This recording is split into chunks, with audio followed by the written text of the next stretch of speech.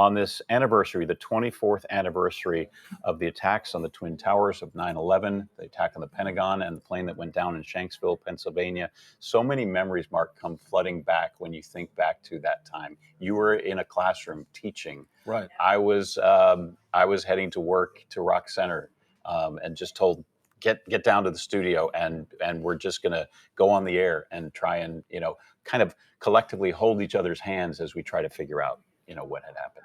Tell us more about what it was like to be a journalist on the day on the front line. It's so hard to watch. You're on the front line of history, watching this thing happening, but you feel that empathy for the suffering and what people are going through.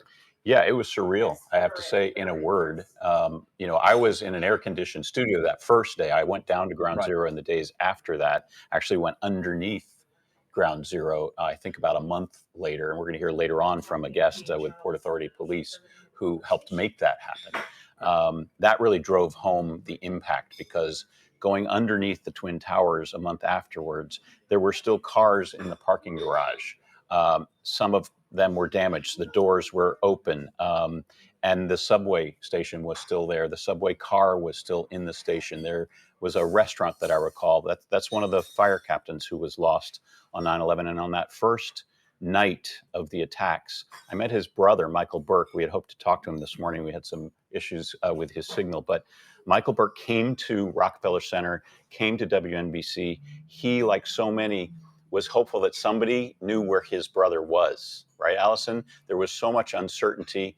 That's Captain William Billy Burke of Engine 21. He, we know, went into the North Towers with his crew and many other firefighters. And he ended up staying behind because there were two civilians, one of whom was in a wheelchair.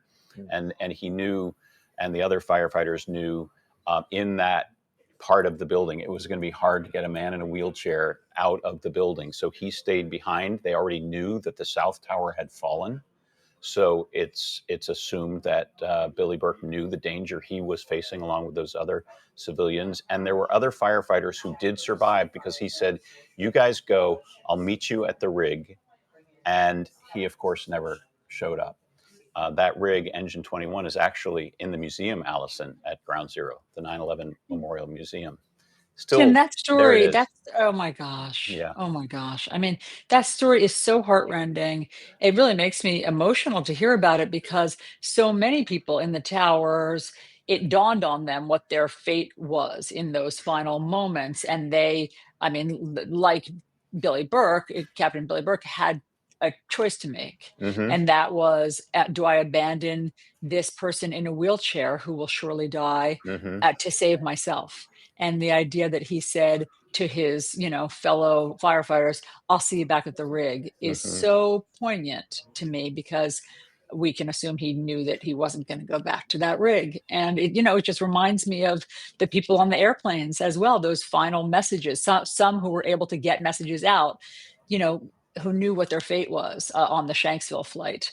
And it's just really still profound and still so affecting 24 years ago. And as I was telling you guys, I was on my honeymoon at that time in Italy, and Tim and I were so obviously devastated and gutted. We went back to our little pension in Tuscany, and we're trying to figure out if we were going to go down and eat dinner. We finally, the people who owned the little pension said, you need to eat, and we went down, and there were these two German girls who had just been on like a girls trip. And I still remember their names, Marin and Uta, because we bonded with them. They were at the next table. There were only the four of us in this restaurant.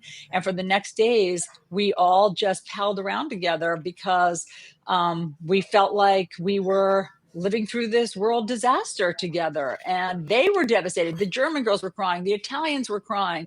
I mean, all of Europe at that time, you remember the signs, we stand with America. The whole world felt our pain on that day. And I will never forget that, seeing that up close. At the same time, this is one of the worst days in the history of America, one of the worst days in the history of the world, and a day that had a terrible immediate impact on people's lives.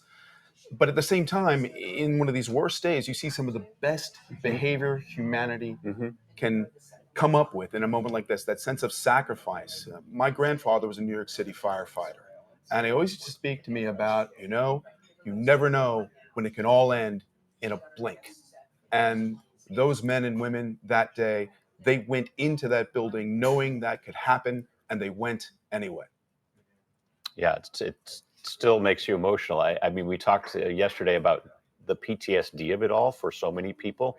We were kind of observers, right? All of us. We were not trying to save lives at Ground Zero, but it still impacts all of us who remember that day.